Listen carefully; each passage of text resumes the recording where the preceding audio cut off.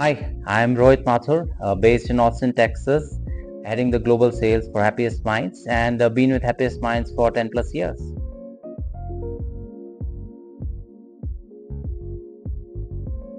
Well, it's hard to say it's just one of them, but there are a couple of things that I do care about. I care about my kids, 12 and 10 years old, care about my wife, my parents, my health, and increasing my knowledge. So any time I'm doing any activity related to these, for example, working with my kids to increase their public speech knowledge or doing my running, all those are small moments that give me happiness and those contribute to the overall happiness.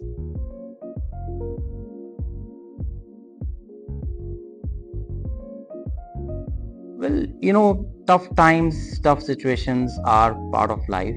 And the most important thing that I look at is that what has happened cannot be changed.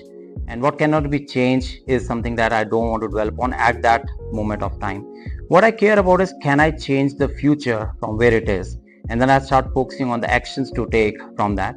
And one of the other things that I've learned is that, especially when in difficult situations, you go look in the mirror and act or respond to, let's say, an email when you get happiness or a smile on your face.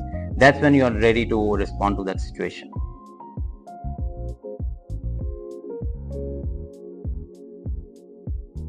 Very interesting question, and I would say that the enlightenment for me for this came about 4 years back.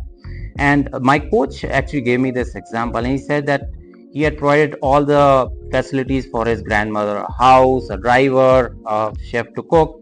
But was he really taking care of the happiness of the grandmother? And the answer was, well, he had taken care of all the things that the grandmother could have had, but what she really wanted was to spend time with that grandson. And so, from that perspective, if you look from an organization setting perspective, each one of my team members has a certain care that they have. Could be for their family, could be for their health, could be for any non-profit. And for me to understand that and then to connect that to the organizational goals and objectives brings happiness to not just the individual but also to the team around them. And that's a practice that I continue to do every week in my one-on-one with my team members.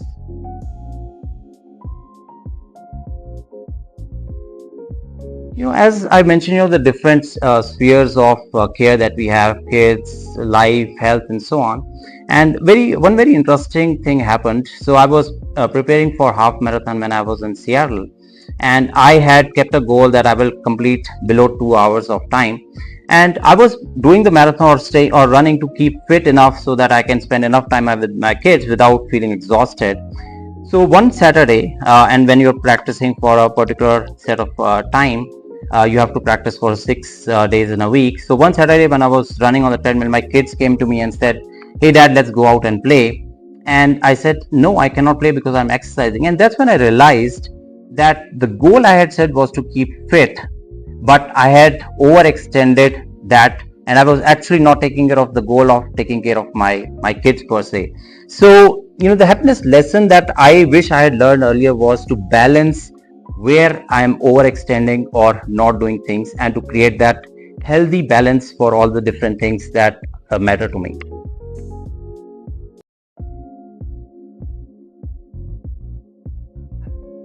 Well, there are so many moments to share, but I will share one which happened most recently.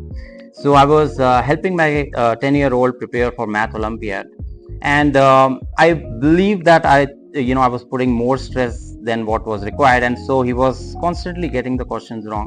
And when I saw that and I reflected upon it, I said, maybe we should take a little different approach. So I said, look, all these difficult questions that you get are the moments where your muscles get built, your brain muscles. Just like when you're doing any physical activity, it's at the point when the muscles are past the point of exhaustion that the muscles actually get strengthened. In similar fashion, when you're looking at or working with very difficult questions, is the time when your brain is actually developing the most. So take it light, take it with the spirit of curiosity, take it as a place which will take you beyond where you have been. And it was very interesting to see that that small piece of advice made such a tremendous difference to how he approached the problems, how he was tackling, and how he was eager to take on difficult questions. And to me, that was one of those happy moments I was able to create, with a little bit of self-reflection on what really mattered. What really mattered was to get the kid to acquire knowledge and not really to ace that particular question.